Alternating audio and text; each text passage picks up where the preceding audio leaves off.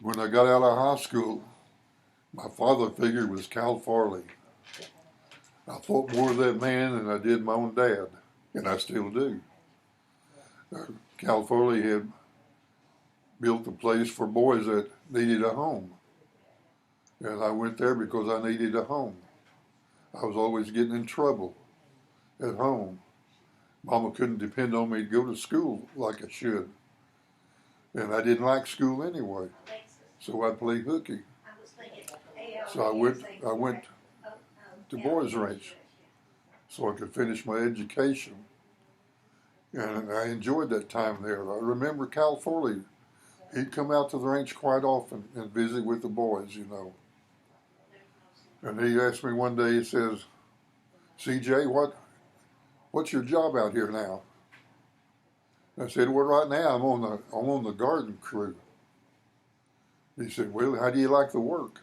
I said, I don't like working on a garden crew.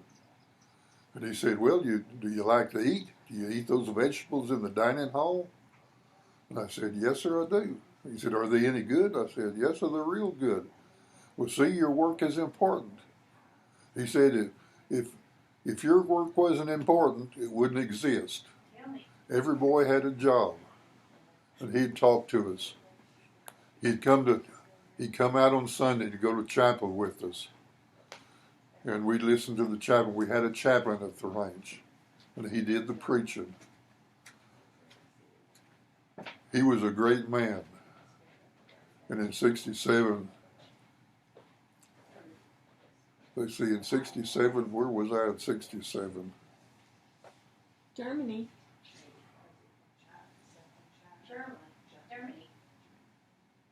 We were in Germany. Oh, I know where I was. In 67, I had gone back into the military. Yeah. Well, tell me this. When Mom came to you and she found out she was going to have a baby and she told you, tell me how you felt about that. Well, the first baby that you told me about was Mona Beth. She said, I have some boys, but I'd like to have a girl. And I said, well, I don't want a girl. I want another brother, you know. She said, well, No, my mama.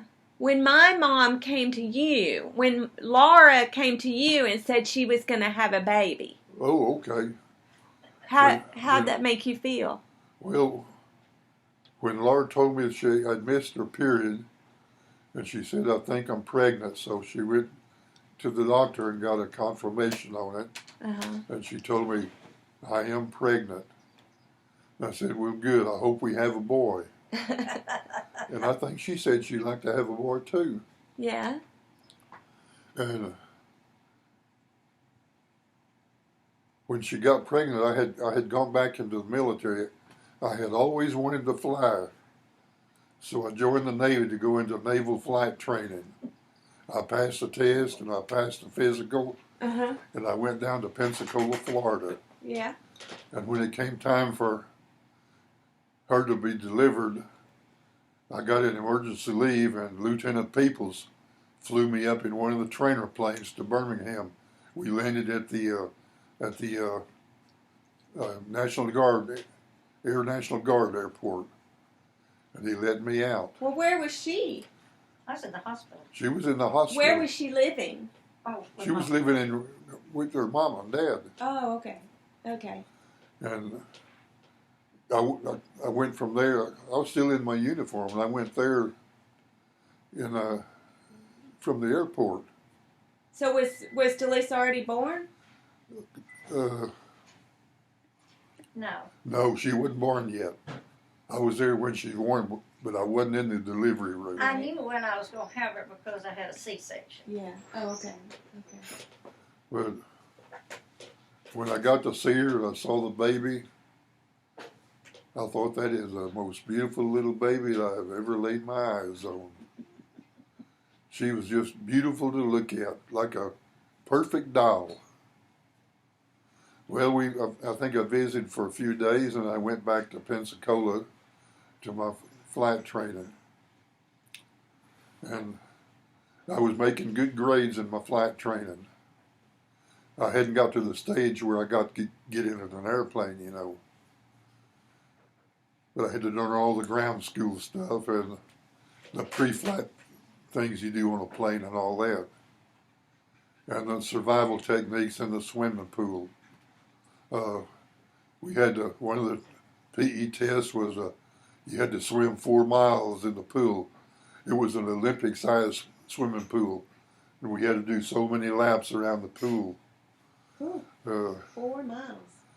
And well, they taught us how to rest when we were swimming, and to flip over on your back and float, and you can breathe through your nose, you know. And when you kind of rested, you turn back over and start swimming again. But we had a certain amount of time that we had to do that 4 mile swim. I forgot how many minutes it was, but it was a good exercise time. Well, let me kind of redirect you back to being a dad and it being Father's Day. Back to being a dad. Okay, so then I came along. But when you He came got, up, he got out of the Navy. you were born in '65. You were in the Army. I mean, the Air Force. I was in the Air Force, but I wasn't here for your birth. I came after your birth. Mm-hmm. I was drove going to- myself to the I hospital. was going to OCS. I was going to be a navigator. And I went to navigator school. And it was a 12-month-long school. Okay, Daddy, back to being a daddy. Back to being a dad. Well, We're I just said, running well, out of time. He loves the my I Bible. second know. child is on the way. I hope it's a boy, though. Got a girl the first time. And the second time, I got another girl, you know.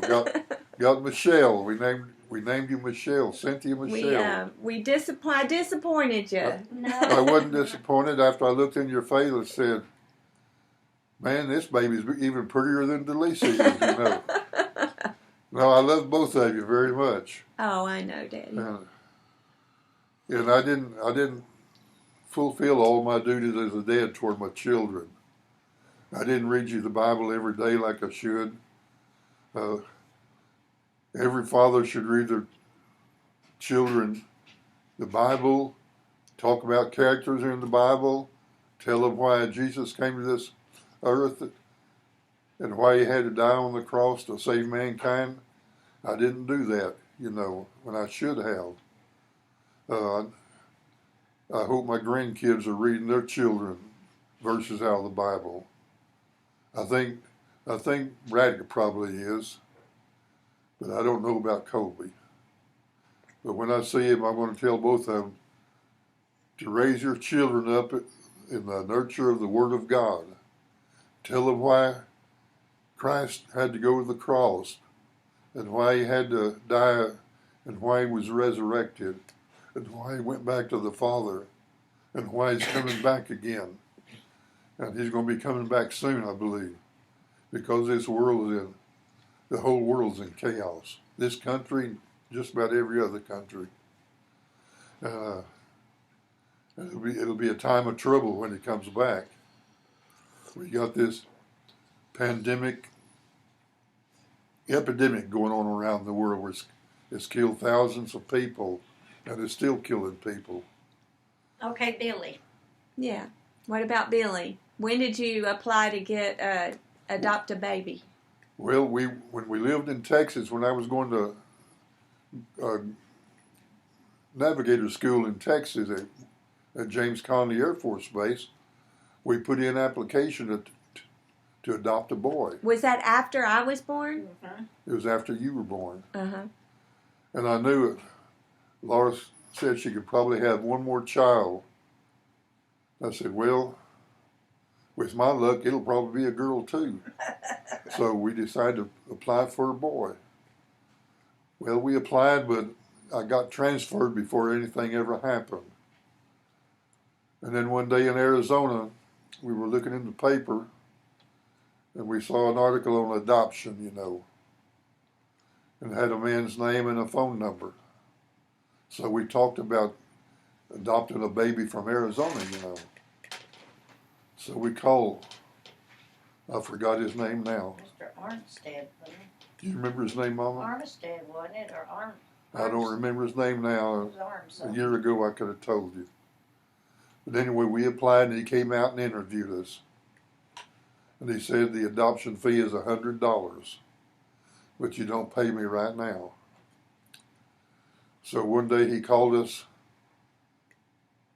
in Ajo. He called us long distance, and he said, "I have a baby boy, 3 months old." Now you were going to be.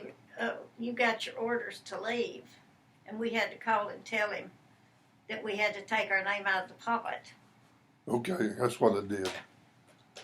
So rather than take our name out of our top, I guess he moved it up to the top. And he called us one day in March.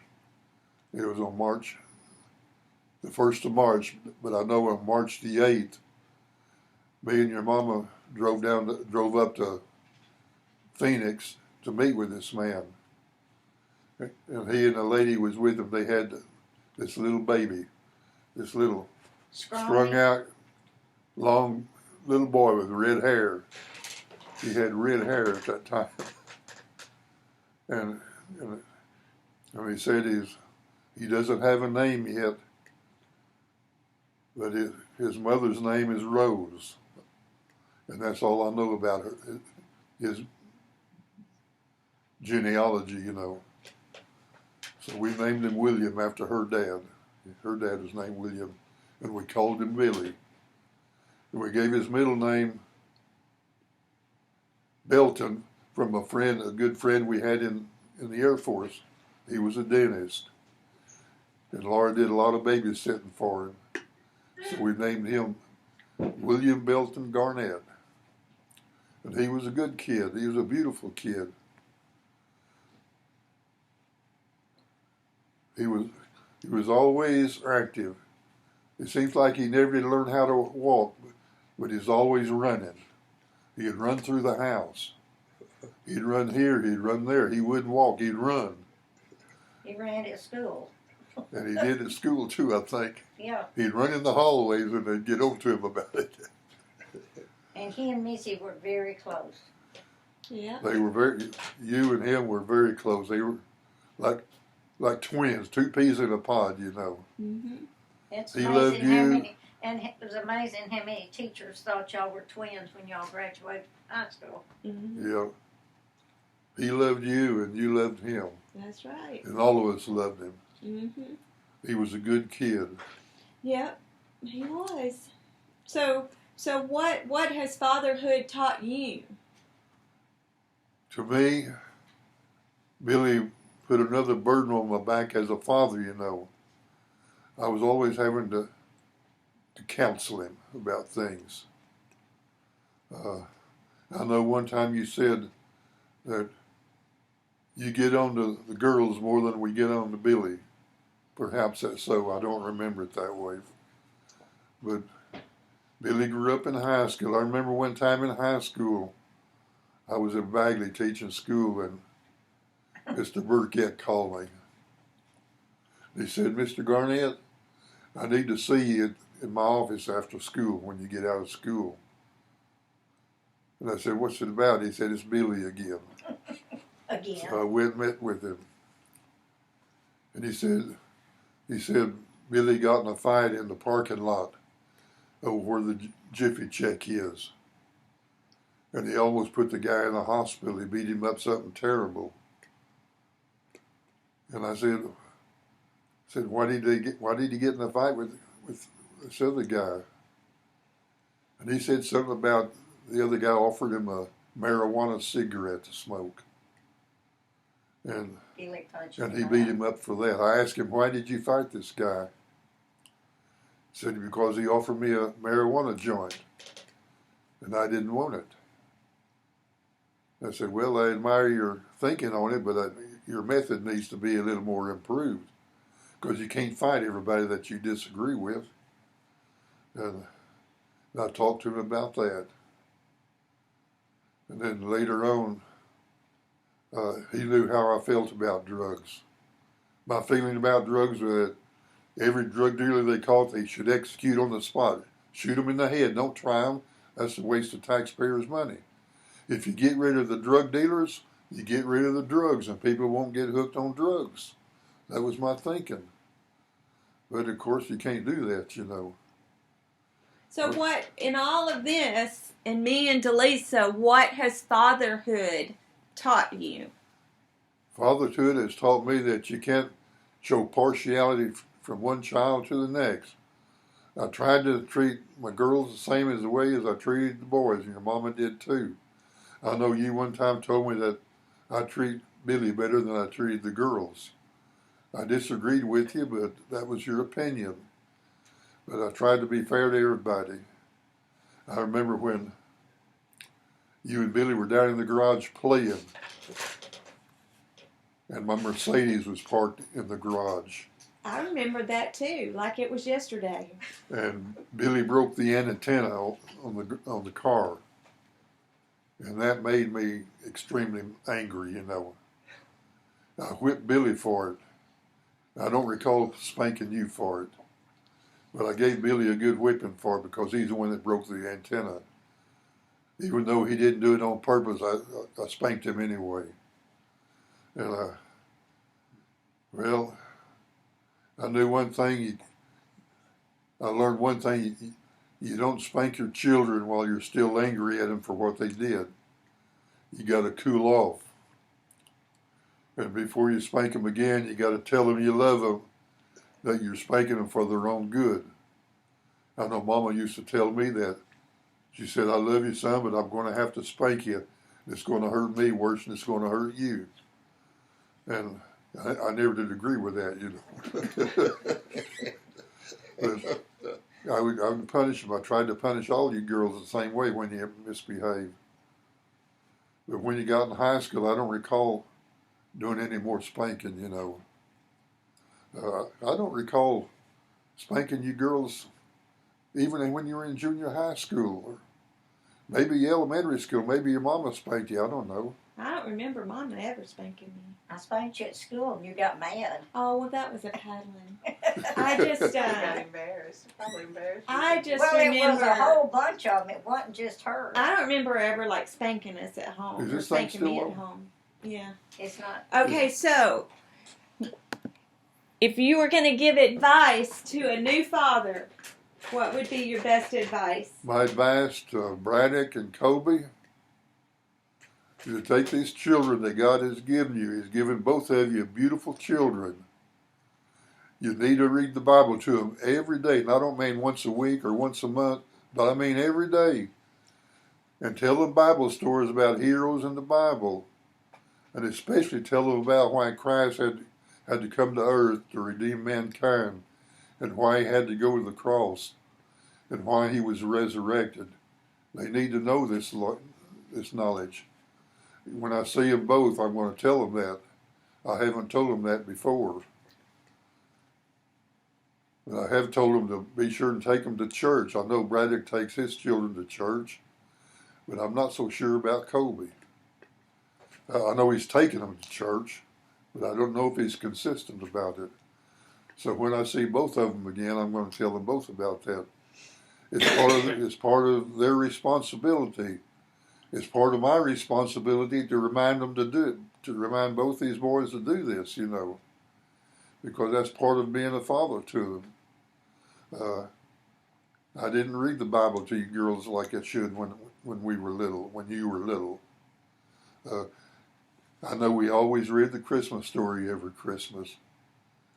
And maybe once in a while we'd read the Bible. We had family devotions. We did in the mornings at breakfast time before we went to school. Do you remember that?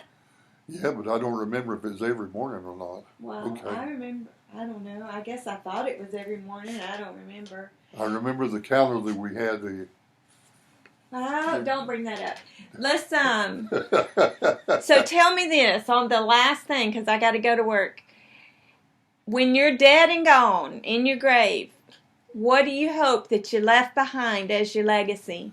When I go to be with the Lord, I want my kids and all my grandkids and my great grandkids to think of me as a good Christian man, a man that loves God and the Lord Jesus Christ, and that I hope that they'll all love him too.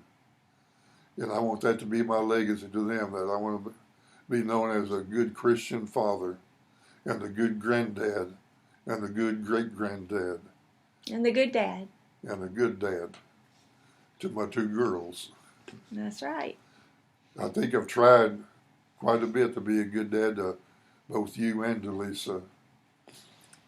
I know we both helped, me and Laura both have helped you out some, and we've helped Delisa out a good bit too. When finances got short on Delisa, we'd help her out. And when you got short on finances, we'd help you out. We I help don't the look for that money to be grandkids, too. repaid. That's a gift from us and to Delisa, because I don't want it back. I don't need it. I make enough income as it is, so I don't need your money. Well, I'm gonna play this for the kids for Father's Day. Okay. So that sounds good, Dad.